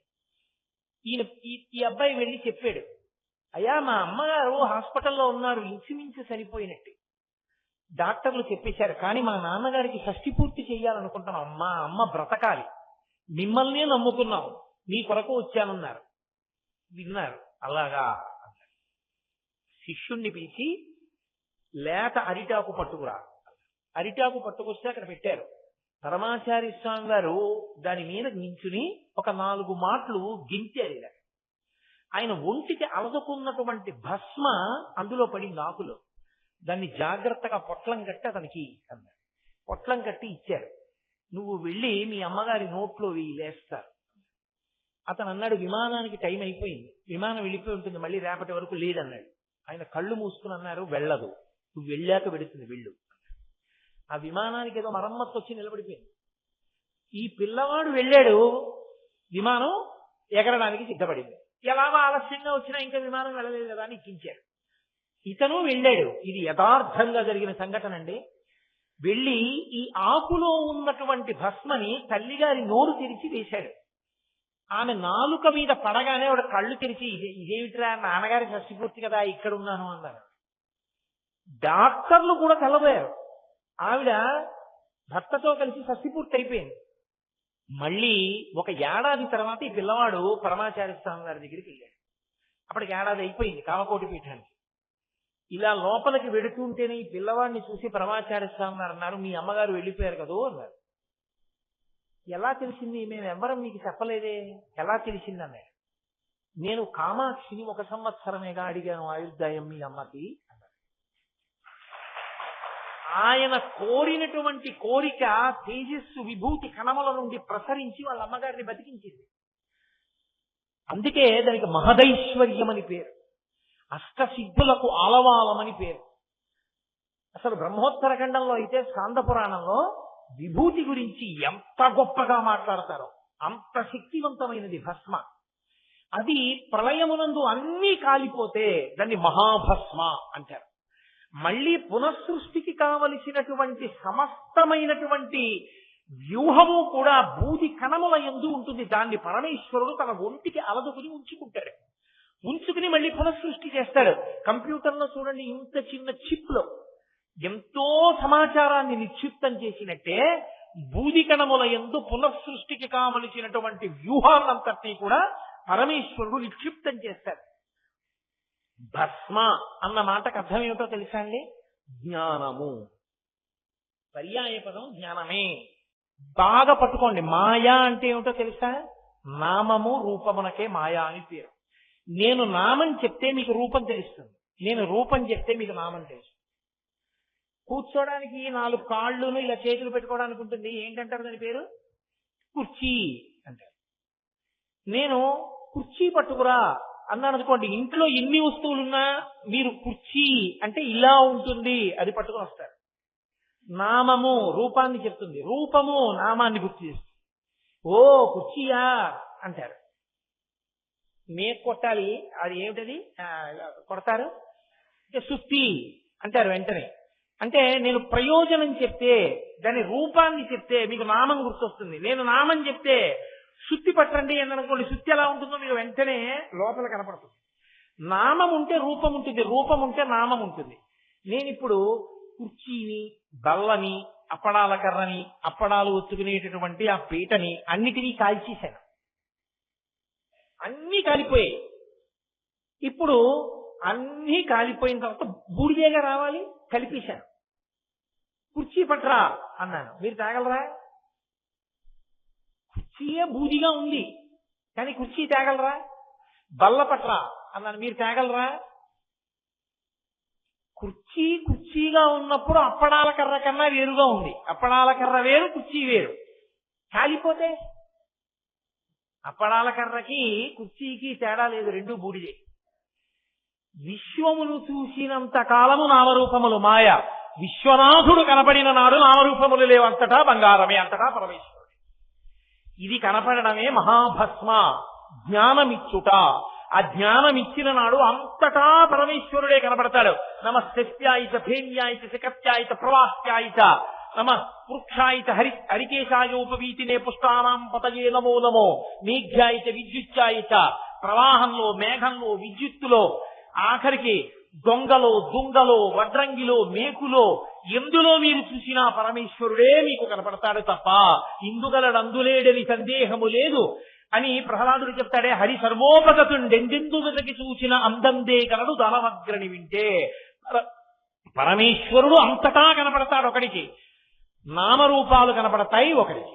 ఇద్దరు చూస్తున్నది ఒక వస్తువునే, ఒకడికి నామరూపాలు కనబడతాయి, ఒకడికి నామరూపాలు కనబడవు, పదార్థం కనబడుతూ ఉంటుంది లోపల ఉన్నది. అదే మాయకి బ్రహ్మమును తెలుసుకున్న వాడికి తేడా. నేను మీకు ఇంకొక ఉదాహరణ చెప్పాలంటే, ఉరే వెళ్ళి బంగారం అంతా ఉందో లేదో చూడు బీరువాలో. వీధి తలుపు నిన్న రాత్రి వేయలేదు, నేను లేకొచ్చేటప్పటికి వీధి తలుపు తెరిచింది, నేను ముందు పడుకున్నాను, మీరు టీవీ చూసి పడుకున్నారు ఏంట్రా తలుపు వేయకుండా? చూసేటప్పటికి బీరువా తాళాలు పెట్టున్నాయి, అసలు బంగారం ఉందో లేదో చూడు బీరువాలో అన్నాను. కొడుకు గబగబా వెళ్ళి ఏదో మా ఇంట్లో ఉండే బంగారం అంతా ఉంటే, బంగారం అంతా పెట్టే డబ్బా ఒకటి ఉందనుకోండి, ఆ డబ్బా చూసి ఇలా చూసి, నాన్నగారండి ఇంట్లో బంగారం లేదు. అయ్య బాబోయ్, బంగారం ఎత్తుకుపోయాడు అనమాట దొంగాడు. 30 ఏళ్ల పాటు సంపాదించిన బంగారం రా. గుండె జారిపోయి ఇంటి యజమాని, ఇల్లాలు పరుగున వచ్చి డబ్బాలో చూశారు, అక్కడే ఉంది బంగారం. నీ అసాధ్యం, కూలిపోను, గుండె అయిపోను రా, బంగారం లేదంట, ఇదిగో బంగారం అని. అన్నీ ఉన్నాయో లేదో తెల్లటి తువ్వాలేసి దాని మీద పోసి గొలుసులు, ఉంగరాలు, కంకణములు, కేయూరములు, పట్టాలు అన్ని పెట్టాడు. కొడుకంటాడు, నాన్నగారండి బంగారం ఉందా అని కదా మీరు అడిగారు. బంగారం ఏది? గొలుసు ఉంది, ఉంగరం ఉంది, చెవులకు పెట్టుకునే కర్ణాభరణం ఉంది, కేయూరం ఉంది, కంకణం ఉంది, బంగారం లేదుగా. తండ్రి అంటాడు, ఓరి నీ అసాధ్యం కూడా ఉన్నది బంగారమేరా. బంగారమే గొలుసుగా ఉంది, బంగారమే కంకణంగా ఉంది, బంగారమే ఉంగరంగా ఉంది, బంగారమే కర్ణాభరణంగా ఉంది. బంగారము లేకుండా ఉండవు, ఇదిగా లేకపోయినా కరిగిస్తే బంగారం ఉంటుంది. లోపల బంగారాన్ని చూస్తున్నాడు తండ్రి, నామరూపాలు చూస్తున్నాడు కొడుకు. నామరూపాలే చూసినవాడు నేను నాదులతో ఉన్నవాడు, లోపల బంగారాన్ని చూస్తున్నవాడు జ్ఞానముతో భస్మ అనుగ్రహమును పొందినవాడు. ఇది జ్ఞానాగ్ని, పరమేశ్వరుడి 3వ కన్ను అన్న మాటకు అర్థం అది. అందుకని చితారజ పుంజ విచర్చితాయ అంటే ఆయన శవభస్మ అలదుకుంటాడు అంటే అదేదో అమంగళం, అదేదో అపవిత్రం, ఆయన అలా రాసుకుంటాడు అనుకోక్కర్లేదు. చితి మీద శవభస్మ ఎవరో కాదు, మందే కదూ. కాబట్టి ఆయన మనకి నేర్పుతున్నాడు, నువ్వు ఈ జ్ఞాన దృష్టితో చూడడం రానంత కాలం, నేను నాదులతో అనుబంధాన్ని పెట్టుకుని బతికేసినంత కాలం మళ్లీ పుట్టడం, మళ్లీ చావడమే. పునరపి జననం, పునరపి మరణం, పునరపి జననీ జఠరే శయనం, ఇహ సంసారే బహుదుస్తారే కృపయాపారే పాహిమురారే అంటారు మొహముద్గరంలో. కాబట్టి నీవు భక్తి కోణంలో సాధన మొదలు పెడితే, భక్తితో కూడిన కర్మాచరణము వలన ప్రీతి చెందిన పరమేశ్వరుడు వైరాగ్యమిచ్చి తదనంతరము జ్ఞానమిస్తే, అంతటా నీకు గొలుసులు, ఉంగరములు, కేయూరములు, కంకణములు, కర్ణాభరణములు కనబడకుండా బంగారము కనబడినట్టు అంతటా నామరూపములు కనపడకుండా సభాభ్య సభాపతిభ్యశ్చవో నమో నమో అని అంతటా ఉన్నది ఒక్క పరమేశ్వరుడే అని నీకు జ్ఞానమునందు గోచరమవుతుంది. అలా నీవు గోచరమైన నాడు, నీకు బ్రహ్మము దర్శనమైన నాడు, బ్రహ్మమును తెలుసుకున్న నాడు నీవే బ్రహ్మమైనావు. బ్రహ్మవిత్ బ్రహ్మైవ భవతి. అది మోక్షానుభవము, అద్వైతానుభూతి అనుభవమునకు అందింది బ్రహ్మమని. అదిగో ఆ స్థితిని పొందు సుమా అని చెప్పడం ఆయన భస్మ అలదుకోవడం. ఆ భస్మ మనం పెట్టుకుంటే భగవంతుణ్ణి స్మరణకి మనకి తెస్తుంది. కాబట్టి చితారజ పుంజ విచర్చితాయ నమశివాయైక నమశివాయ. మహానుభావుడు అక్కడతో ఊరుకున్నాడా? చితారజ పుంజ విచర్చితాయ కృతస్మరాయైక వికృతస్మరాయ. మళ్ళీ శంకర భగవత్పాదులు ఇంకొక విషయాన్ని ప్రస్తావిస్తున్నారు. ఇప్పుడు మీరు ఒకటి ఆలోచించాలి. బాహ్యమునందు గొప్పగా సువాసనలతో వాటితో తిరిగే తల్లి ఆవిడ. మహాజ్ఞానం ఇవ్వగలిగినటువంటి వాడు ఆయన. గృహస్థు ఎప్పుడూ రెండూ కోరుకోవాలి. బాగా జ్ఞాపకం పెట్టుకోవాలి. ఏ గృహస్థు కూడా ఇంట్లో నాకేమీ అక్కర్లేదని బ్రతకడాన్ని శాస్త్రం అంగీకరించదు. దాన్ని మిడిమిడి జ్ఞానం అంటారు. బాగా కావనికుండా గృహస్థులాగే బ్రతకాలి. ఎన్ని విషయాలు తెలిసి ఉండనివ్వండి, పూజ చేసేటప్పుడు ధర్మార్థ కామమోక్ష చతుర్విధ పురుషార్థ ఫల సిద్ధ్యర్థం పుత్రపౌత్రాభివృద్ధ్యర్థం అని చెప్పాలి. నీకు ఆ జ్ఞానము బాగా నిలబడింది. పుత్రం పౌత్రం సమాసాద్య. మనవణ్ణి కూడా చూసిన తరువాత వానప్రస్థ ఆశ్రమేవ చేత్. అప్పుడు వానప్రస్థానికి వెళ్ళాలి. అప్పుడు కూడా నువ్వు ఇంత జ్ఞానంతో కలిసి ఉండలేననుకుంటే భార్యని కొడుకుకు అప్పచెప్పి సన్యాసం పుచ్చుకోమని చెప్పారు వ్యాస భగవాను.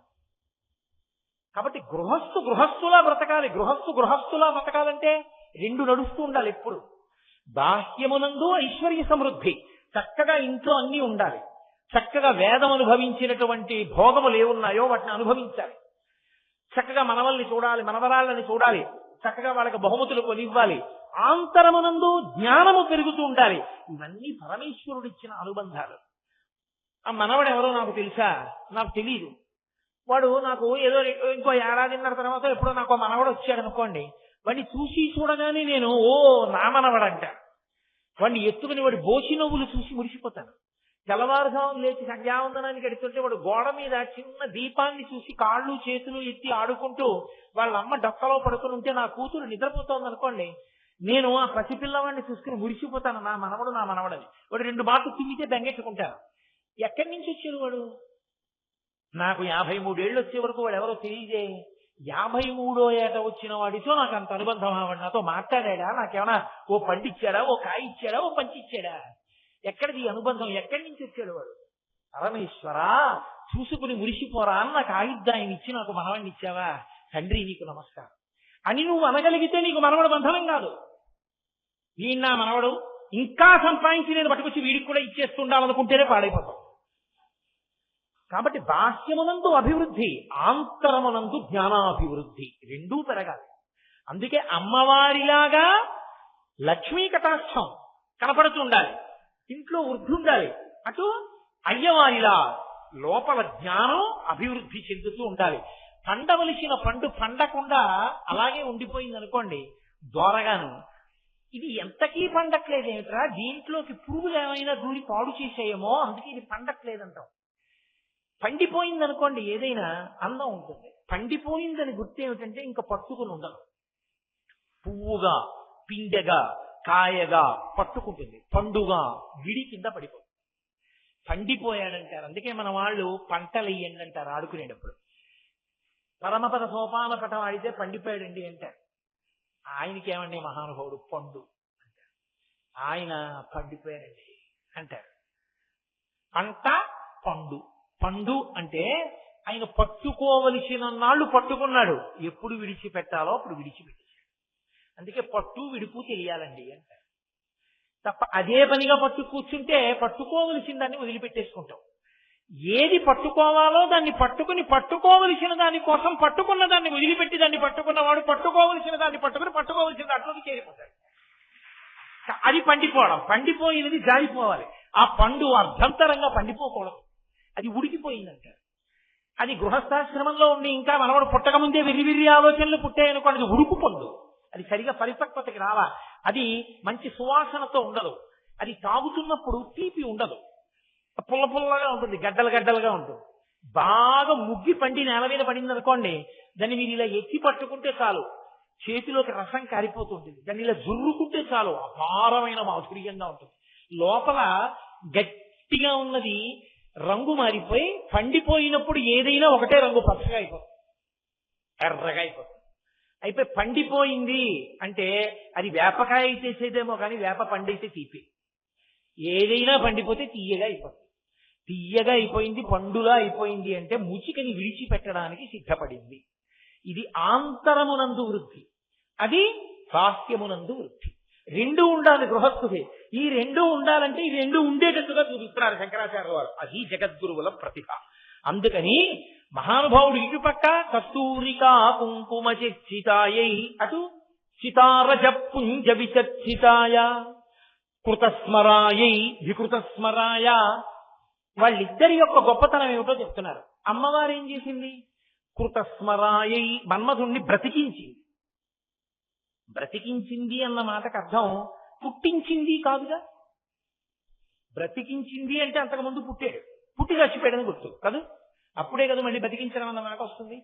బ్రతికి అంతకుముందు పుట్టి తిరిగి బ్రతికుండి చచ్చిపోయాడు అనుకోండి, అప్పుడు బ్రతికించడం అన్న మాట వస్తుంది. లేకపోతే ఇప్పుడే కొత్తగా లోకంలోకి వస్తుంది అనుకోండి, సృష్టించింది అంటారు. శంకరాచార్యులు వారు సృష్టించింది అమ్మవారం లేదు, కృతస్మరాయై, బ్రతికించింది ఆవిడన్నారు. అందున శంకర భగవత్పాదులు ఎక్కడైనా ఒక మాట వాడారనుకోండి, మీరు అక్షరం మార్చలేరు. మన్మధుడికి బోలెడన్ని పేర్లున్నాయి. ఎన్ని పేర్లున్నాయో, మనసిజుడు, మన్మధుడు, పుష్పబాణుడు, ఎన్నో పేర్లు. ఇక్కడ ఆయన ఏం వాడ, స్మరాయై అన్న మాట వేశారు, స్మరుడు అన్నారు. స్మరుడు అన్న మాటకు అర్థం ఏమిటో తెలుసా అండి? త్వర కల్పిస్తాడు ఆయన, తొందర పెడతాడు. ఇంకా ఏ విషయం మీద దృష్టి నిలబడదు. ఎంతసేపు ఏది కోరుకున్నాడో దాని మీదే దృష్టి ఉండి తొందరగా దాన్ని అనుభవించాలన్న కోరిక కల్పించినటువంటి శక్తికే స్మరుడని పేరు. స్మరణల రూపంలో తొందర పెట్టేస్తాడు, కాముకులను తొందర పెడతాడు. అది స్మరుడు అంటారు. అప్పుడు ఆ స్మరుడు చచ్చిపోయాడు ఒకప్పుడు. ఎవరి చేతిలో? ఆవిడ భర్త చేతిలోని. పరమశివుడే చంపేశాడు. ఎప్పుడు నేను చెప్పక్కర్లేదు, మీ అందరికీ తెలుసు. ఆయన తపస్సు చేసుకుంటున్నాడు, ఆవిడ దాక్షాయినిగా శరీరాన్ని విడిచిపెట్టి హైమవతిగా పుట్టింది, హిమవత్ పుత్రికగా. ఆమె ఆయనకి సపర్య చేస్తోంది. వాళ్ళిద్దరికీ కొడుకు పుడితే తప్ప తారకాసుర సంహారం అవ్వదు. అందుకని తొందరపడి దేవేంద్రుడు ప్రేరేపించాడు కదా అని మన్మధుడు వచ్చి బాణాన్ని ప్రయోగించి పరమశివుడికి కామోద్దీపనం చేద్దాం అనుకున్నాడు. మొదటి బాణం పడగానే ఆయనకు అనుమానం వచ్చింది, ఎవడు రా నా మీద బాణం వేసినవాడు.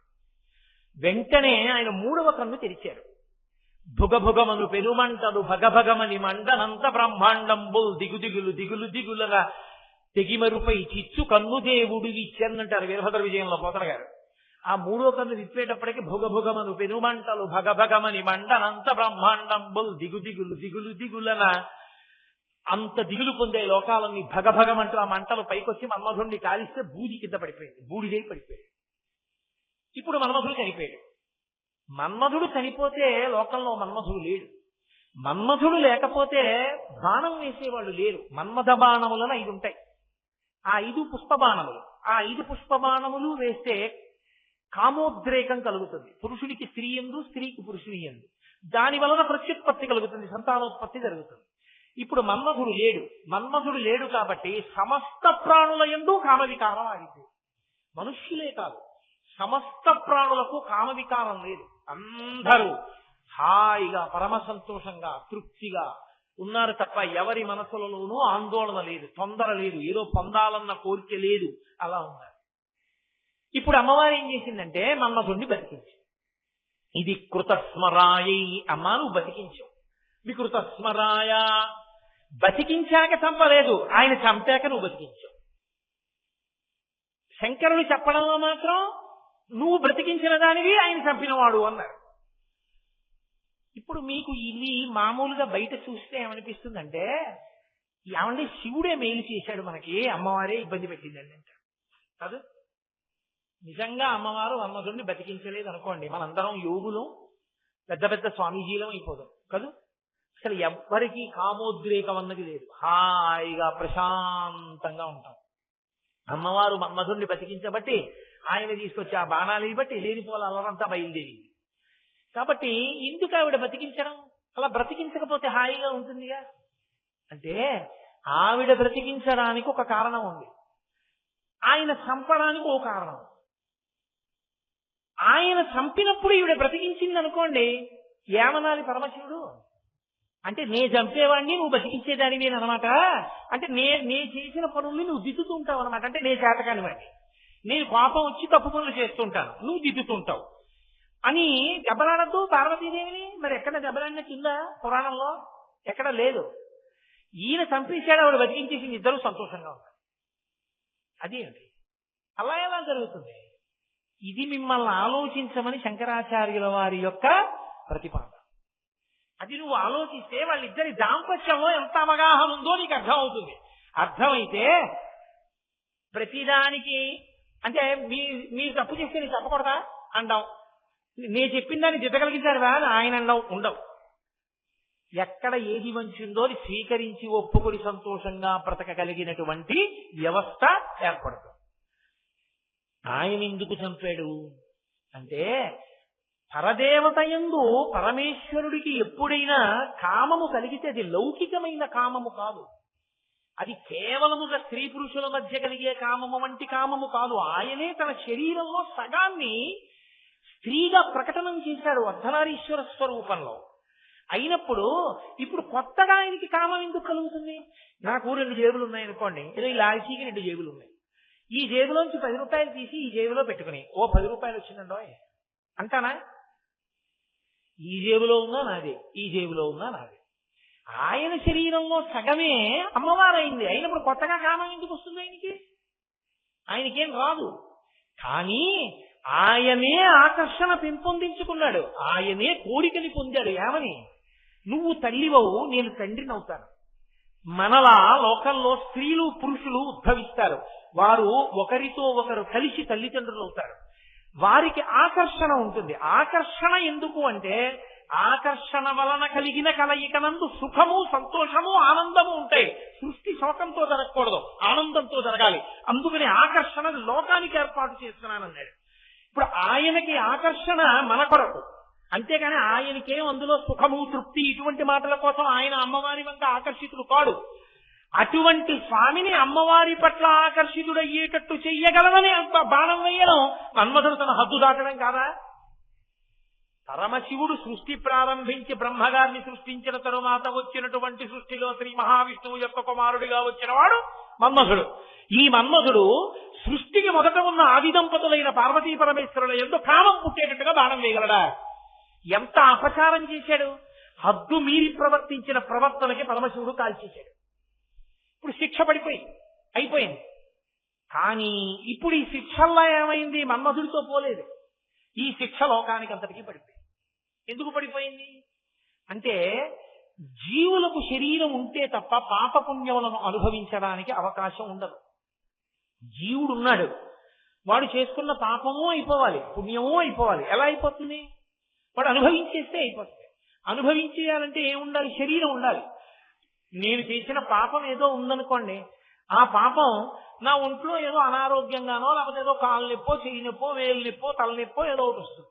వస్తే తలబద్దలైపోతుందని 1 గంట సేపు బాధపడ్డాను అనుకోండి, ఎవరినో బాధ పెట్టి తల బాదుకునేటట్టు చేసినటువంటి పాపమో 1 గంట సేపు అనుభవించిన తలనొప్పి రూపంలో పోయింది. తలకాయ ఎప్పుడు ఉంటుంది? శరీరం ఉంటేను. శరీరం లేకపోతే తలనొప్పి ఎక్కడి నుంచి వస్తుంది? తలనొప్పి రాకపోతే పాపం ఎలా పోతుంది? ఇది ఉంటే కదా పుణ్యం చేయడం, ఇది ఉంటే కదా ఓ దానం చేయడం ధర్మం చేయడం. ఇది లేకపోతే పుణ్యం ఎలా సంపాదించుకుని జీవుడు ఉద్ధరణ పొందుతాడు? కాబట్టి శరీరం ఏర్పడితే పాపపుణ్యములను అనుభవించవచ్చు, అంటే పుణ్యాన్ని అనుభవించేయచ్చు, కొత్త పుణ్యాన్ని చేసుకోవచ్చు, జ్ఞానములు పొందవచ్చు. అసలు శరీరం లేకపోతే పితృరుణం తీరదు, అలాగే దేవరుణం తీరదు, ఋషి రుణం తీరదు, ఏవీ తీరవు.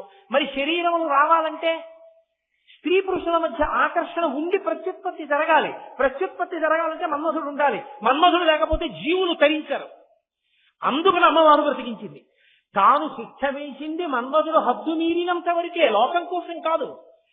అందుకని హరనేత్రగ్వితం దగ్ధకామ సంజీవనౌషధి ఆవిడ బతికించింది.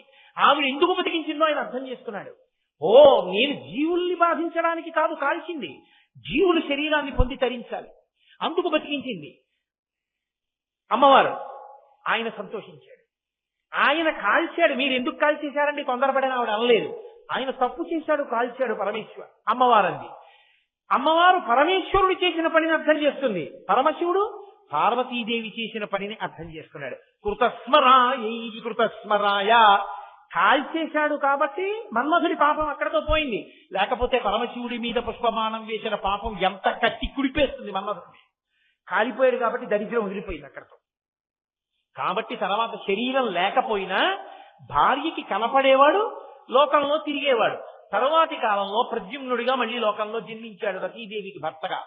కాబట్టి ఆ పాపం అక్కడితో పోవాలంటే పరమశివుని యొక్క 3వ కంటి మంట చేత కాలిపోవాలి. ఆ కాల్చేయడంలో కూడా కారుణ్యం ఉంది పరమశివుడిలో. అరే, నేను ఇలా కాల్చేస్తే వీడి పాపం ఇక్కడతో పోతుంది, లేకపోతే వీడు ఎన్ని కోట్ల జన్మలు హీనోపాధుల్లోకి పోవాలో కాల్చి ధరింపజేశాడు. జీవులను మళ్ళీ ఉద్ధరించడానికి బ్రతికించి కాపాడింది పరదేవత. కాబట్టి అమ్మవారు మన్మధుణ్ణి బ్రతికించినా కారుణ్యమే, మన్మధుణ్ణి పరమశివుడు కాల్చేసినా కారుణ్యమే. ఈవిడ బ్రతికించినా దాని కారణాన్ని శివుడు తెలుసుకుంటాడు. శివుడు చంపినా పార్వతీదేవికి అర్థం అవుతుంది తప్ప వాళ్ళిద్దరూ నువ్వు చంపేవాడివి నేను బతికిస్తాను, లేదా నువ్వు బతికించేదానివి నేను చంపేవాడినా అని ఇద్దరు వాదులాడుకోవడం అనేటటువంటిది మీకు కనపడదు. దాంపత్యమునందు గొప్ప విషయమేమి, ఆయన గురించి ఆవిడకి తెలిసి ఉండాలి, ఆవిడ మనసు ఆయనకి తెలిసి ఉండాలి.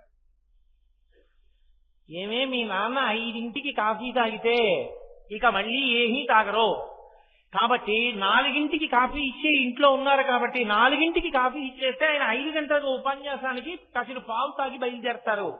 5ంటికి కానీ ఆఫీస్ నుంచి వచ్చినప్పుడు అలవాట్లాగా ఇచ్చావో ఆయన ఇంకేం తాగరు, కాఫీ ఒకటే తాగెడతారు అని ఆఫీస్ నుంచి భార్య ఫోన్ చేసి కూతురికి చెప్పింది అనుకోండి. ఇప్పుడు ఈయన మనసు ఈయన దగ్గర ఉందా ఆవిడ దగ్గర ఉందా నాకు చెప్పండి.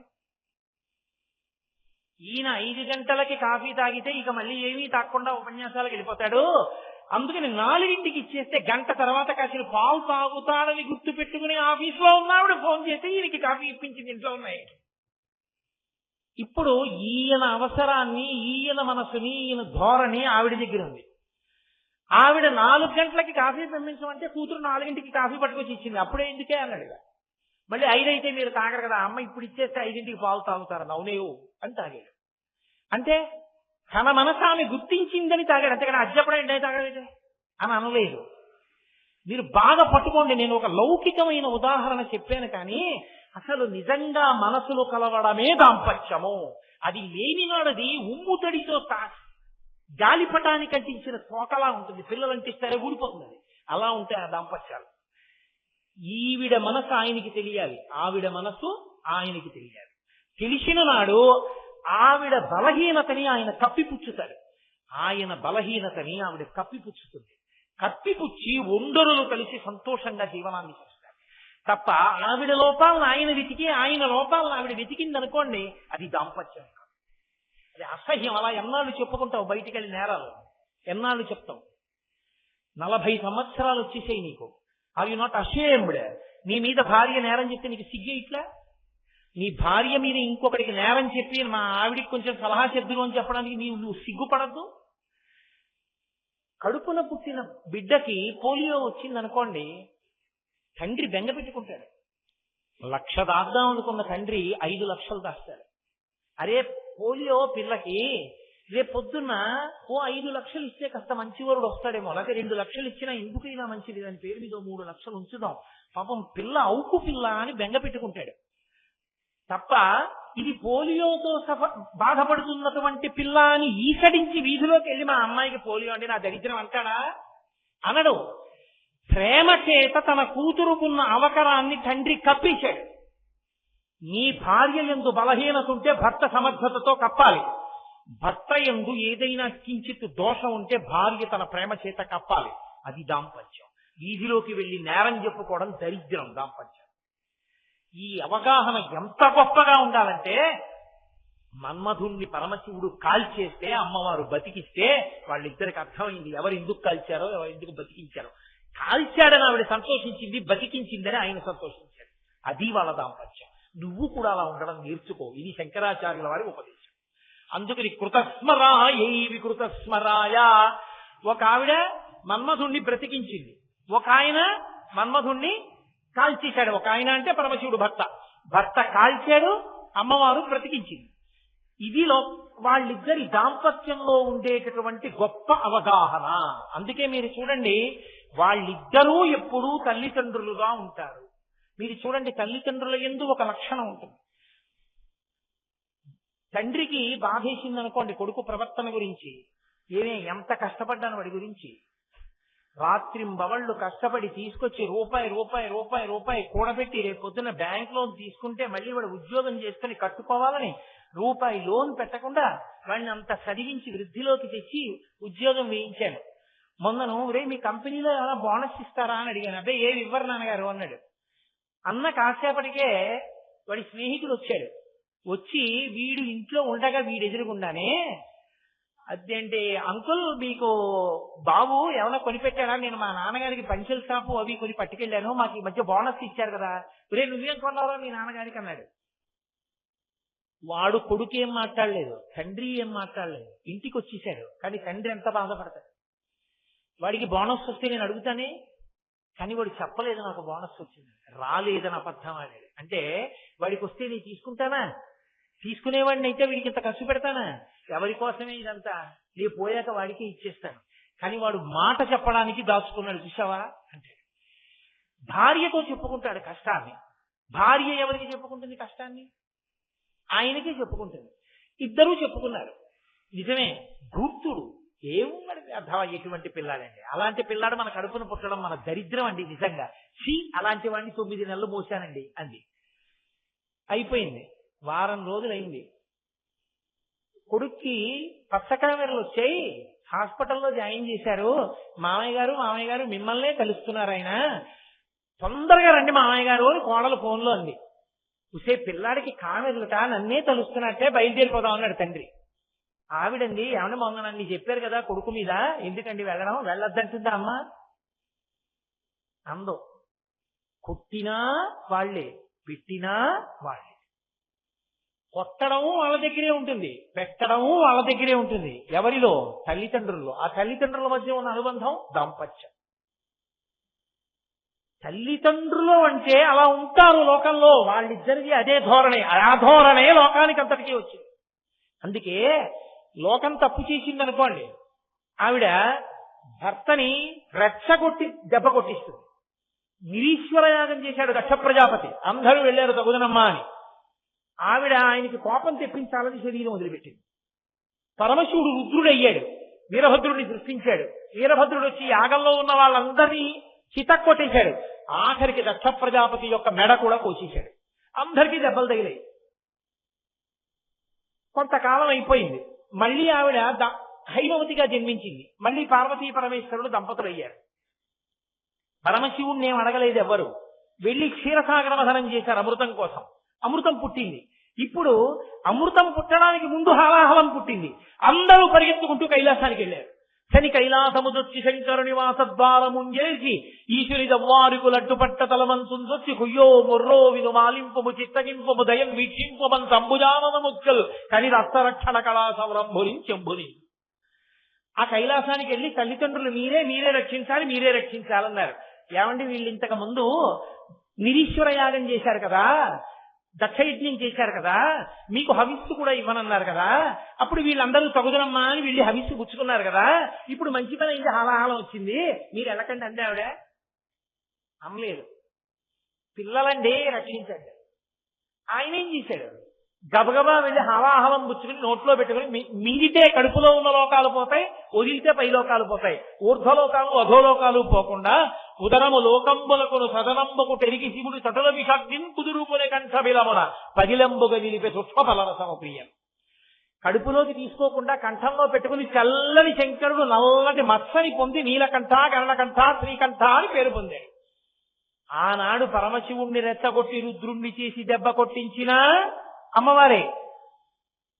మళ్ళీ పిల్లలు ఇబ్బందిలో ఉన్నప్పుడు ఆయనకి గతం గుర్తు చేయకుండా వెళ్ళి రక్షించండి అని పంపించి రక్షింపచేసిన అమ్మవారే. తల్లిదండ్రులు అంటే బిడ్డల్ని రక్షిస్తుంటారు. ఎప్పుడు ఒక దెబ్బ కొట్టడంలోనూ ప్రేమే ఉంటుంది, వాళ్ళకి పెట్టడంలోనూ ప్రేమే ఉంటుంది తప్ప కొట్టడంలో క్రౌర్యం, పెట్టడంలో ప్రేమ తల్లిదండ్రుల యందు ఉండవు. ఇంకెవరి ఎందైనా ఉంటాయేమో. కొట్టేటప్పుడు కూడా ప్రేమతోనే కొడతారు, వీడు బాగుపడాలని కొడతారు. పెట్టినప్పుడు కూడా వీడికి జీర్ణం అవ్వాలని పెడతారు. అందుకే 10 మంది ఉంటే పెట్టరు, ఎక్కడ దృష్టి తగులుతుందో అని అమ్మ కొంగు చాట్న పెడుతుంది. లేకపోతే ఇలా అలా ఏదో మాట చెప్పి ఓ గదిలోకి తీసుకెళ్ళి వాడిని అక్కడ కూర్చి అని చెప్పి తలిపేసేస్తుంది. ఎక్కడ దృష్టి తగిలేస్తుందో అని బెంగ. పెట్టడంలో ప్రేమ, కొట్టడంలో ప్రేమ. కొట్టేటప్పుడు కూడా చేతి అని గోపకి తగలకుండా చంప మీద కొడుతుంది, ఎందుకంటే చెవికి తగిలితే కొడుకు ఏమవుతుందో అని. కోపంలో కూడా ప్రేమ. ప్రేమ కోపము విడదీయబడి కోపం ఉండదు తల్లి యందు తండ్రి యందు. అంత ప్రేమైక మూర్తులై ఉంటారు. బిడ్డల యందు దాంపత్యం అంత ప్రేమగా పరిణమిస్తుంది. అందుకే ఆది దంపతులైన వాళ్ళిద్దరి ప్రేమ లోకం పట్ల ఎలా ఉంటుందో ప్రతి కుటుంబంలో తల్లిదండ్రుల ప్రేమ బిడ్డల మీద అలాగే ఉంటుంది. అది అలా ధారగా వెడుతుంటుంది. కాబట్టి ఆ అవగాహన ఉంది. ఆ అవగాహనయే ఇంటికి లక్ష్మీ కటాక్షం. లక్ష్మి ఏ ఇంట ఉంటుంది అంటే అస్తమానం కీసులాడుకునేటటువంటి భార్యాభర్తలున్న చోట ఉండను అని చెప్పింది. నేను ఉండను అక్కడని చెప్పింది. ఎక్కడ భార్యాభర్తలు కీసులాడుకోకుండా ఒక కను సౌజ్ఞతో ఒక్క మాటతో ఇద్దరూ అర్థం చేసుకుని జీవితాన్ని నడుపుతారో అటువంటి వారింటే లక్ష్మి ఉంటుంది. మా రామకృష్ణారావు గారు భార్యతో మాట్లాడడం ఇన్ని సంవత్సరాల్లో నేను తక్కువ చూశాను. ఓసారి ఇలా అంటాడు, లేకపోతే ఇలా అంటాడు, అంతే. ఆవిడ చేసి వెళ్ళిపోతుంది. అది దాంపత్యం. ఒక కనుసౌజ్ఞ చాలు, చక్కగా అంత ప్రేమగా ఇద్దరు అలా కాలం గడిపేస్తారు. అదిగో అటువంటి దాంపత్యము అందరికీ శ్రీరామరక్ష, అందరికీ సంతోషం, లక్ష్మీ స్థానం అవుతుంది. కాబట్టి కృతస్మరాయై వికృతస్మరాయ నమశివాయై చ నమశివాయ. అమ్మయ్య ఎలాగో 2వ శ్లోకం పూర్తి చేశాను. ఎందుకంటే అది చెప్తూ ఉంటే అలా వెళ్ళిపోతుంది. వచ్చిన బాధ 3 రోజులు అయిపోయింది, 2 శ్లోకాలు.